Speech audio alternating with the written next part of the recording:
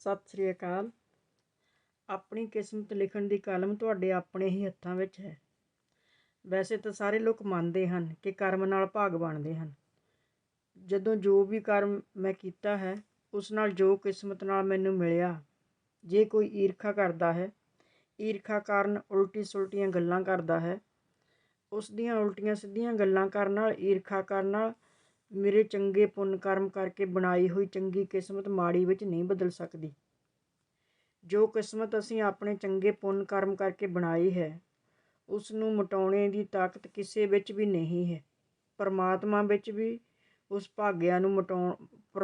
ਉਸ ਭਾਗ ਨੂੰ ਮਿਟਾ ਨਹੀਂ ਸਕਦੇ। ਫਿਰ ਇਨਸਾਨ ਦੀ ਕੀ ਤਾਕਤ ਹੈ?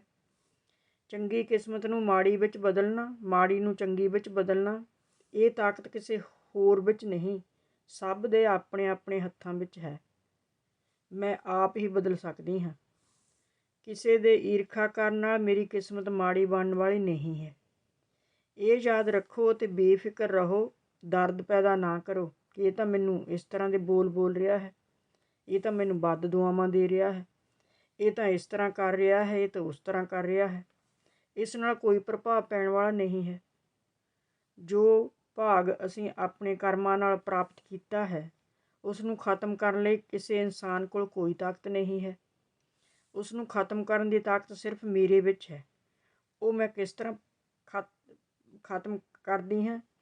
ਕਿਸੇ ਦੇ ਉਲਟੇ ਸਿੱਧੇ ਬੋਲਾਂ ਦੇ ਪ੍ਰਭਾਵ ਨਾਲ ਜਦ ਮੈਂ ਆਪਣੇ ਮਨ ਵਿੱਚ ਨੈਗੇਟਿਵ ਭਾਵਨਾਵਾਂ ਪੈਦਾ ਕਰਦੀ ਹਾਂ, ਨੈਗੇਟਿਵ ਵਿਚਾਰਾਂ ਨੂੰ ਕ੍ਰੀਏਟ ਕਰਦੀ ਹਾਂ ਅਤੇ ਨੈਗੇਟਿਵ ਵਿਚਾਰਾਂ ਦੀ ਰਚਨਾ ਕਰਕੇ ਨਾਲ ਜੋ ਕਰਮ ਅਸੀਂ ਸ਼ੁਰੂ ਕਰਦੇ ਹਾਂ, ਉਸ ਨਾਲ ਕਿਸਮਤ ਵਿੱਚ ਮਾੜੀ ਲਕੀਰ ਲੱਗਣੀ ਸ਼ੁਰੂ ਹੋ ਜਾਂਦੀ ਹੈ। ਮੇਰੇ ਆਪਣੇ ਵਿਚਾਰ ਜਦੋਂ ਗਲਤ ਸ਼ੁਰੂ ਹੋ ਜਾਂਦੇ ਹਨ, ਨੈਗੇਟਿਵ ਵਿਚਾਰ ਜਦ ਚੱਲਣੇ ਸ਼ੁਰੂ ਹੋ ਜਾਂਦੇ ਹਨ, ਤਾਂ ਅਸੀਂ ਲਕੀਰ ਲਾਉਣਾ ਸ਼ੁਰੂ ਕਰ ਦਿੰਦੇ ਹਾਂ। ਇਸ ਲਈ ਚੰਗੀ ਕਿਸਮਤ ਬਣਦੀ ਜਾਵੇ, ਅਸੀਂ ਆਪਣੇ ਵਿਚਾਰਾਂ ਉੱਪਰ ਬਹੁਤ ਧਿਆਨ ਦੇਣਾ ਹੈ, ਕਿਉਂਕਿ ਜਿਸ ਤਰ੍ਹਾਂ ਦਾ ਅਸੀਂ ਸੋਚਾਂਗੇ, ਜੋ ਕੰਮ ਕਰ ਰਹੇ ਹਾਂ, ਉਸ ਦਾ ਰਿਜ਼ਲਟ ਵੀ ਉੱਦਾਂ ਦਾ ਹੀ ਨਿਕਲੇਗਾ। ਵਿਚਾਰਾਂ ਦੇ ਆਧਾਰ 'ਤੇ ਵਿਵਹਾਰ ਹੁੰਦਾ ਹੈ। ਵਿਚਾਰਾਂ ਦੇ ਆਧਾਰ ਨਾਲ ਹੀ ਭਾਵਨਾਵਾਂ ਜਾਗਰਤ ਹੁੰਦੀਆਂ ਹਨ। ਜੇ ਵਿਚਾਰ ਗਲਤ ਹੋ ਗਏ ਤਾਂ ਭਾਵਨਾਵਾਂ ਗਲਤ ਹੋ ਜਾਣਗੀਆਂ।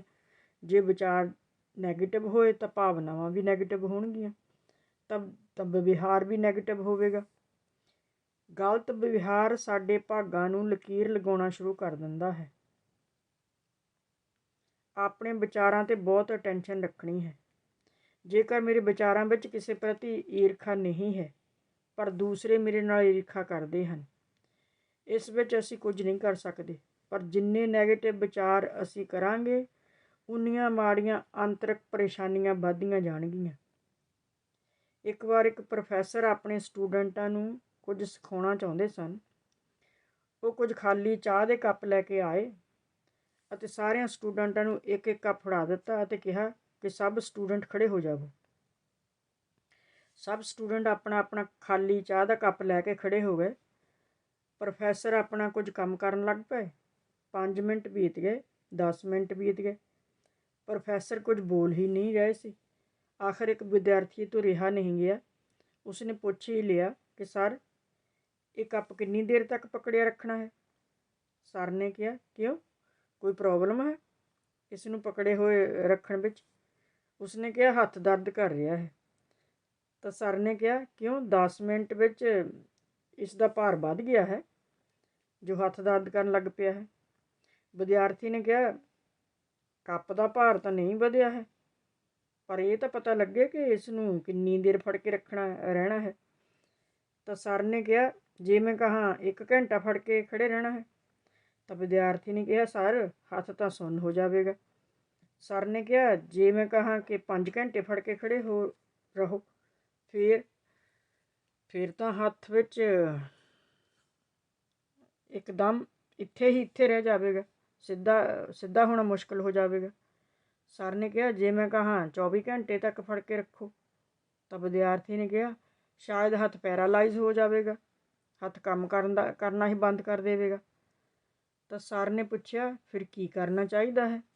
ਵਿਦਿਆਰਥੀ ਨੇ ਕਿਹਾ ਕਿ ਖਾਲੀ ਕੱਪ ਨੂੰ ਪਕੜਨੇ ਦਾ ਕੀ ਫਾਇਦਾ ਹੈ, ਉਸ ਕੱਪ ਨੂੰ ਰੱਖ ਦੇਣਾ ਚਾਹੀਦਾ ਹੈ।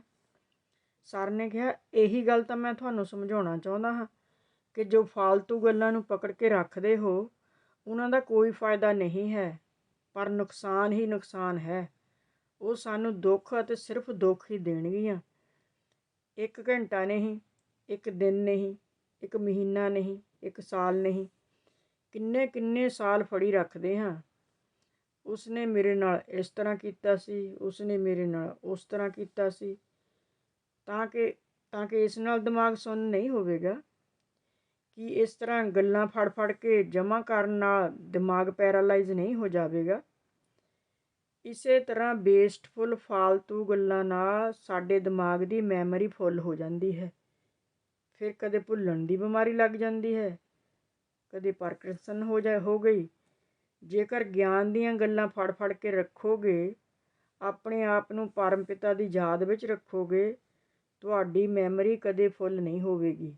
ਸਾਹਿਬ ਮੇਰਾ ਨੀਤਨਮਾ ਜੀ, ਨੀਤਨਮਾ। ਸਦਾ ਸਤ ਚਿਤ ਆਨੰਦ ਰਹੋਗੇ। ਅੱਜ ਦੀ ਕਹਾਣੀ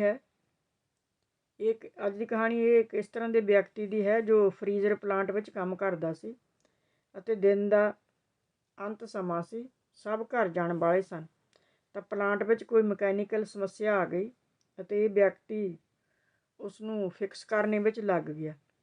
ਜਦੋਂ ਤੱਕ ਉਸਨੇ ਇਹ ਕੰਮ ਪੂਰਾ ਕੀਤਾ ਤਾਂ ਬਹੁਤ ਦੇਰ ਹੋ ਗਈ ਸੀ। ਦਰਵਾਜ਼ੇ ਸੀਲ ਹੋ ਚੁੱਕੇ ਸਨ, ਸਭ ਲਾਈਟਾਂ ਬੁਝਾ ਦਿੱਤੀਆਂ ਸਨ।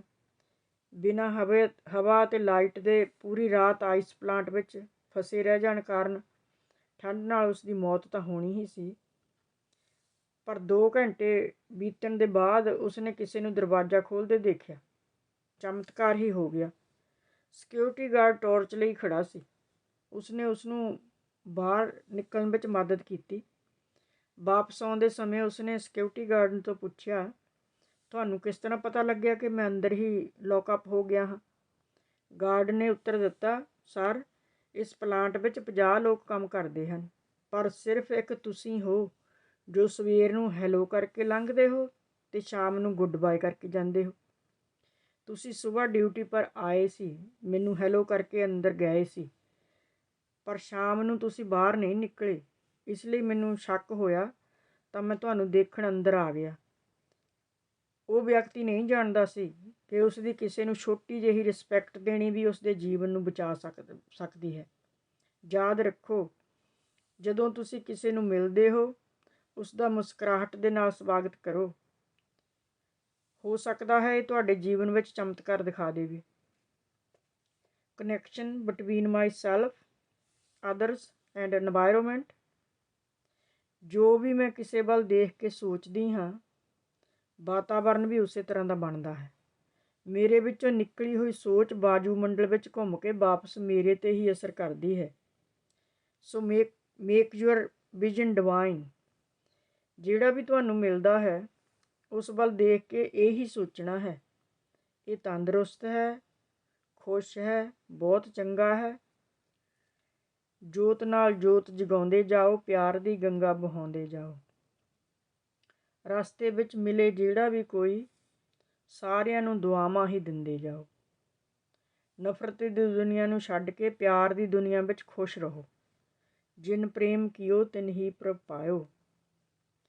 ਸਤਿ ਸ੍ਰੀ ਅਕਾਲ।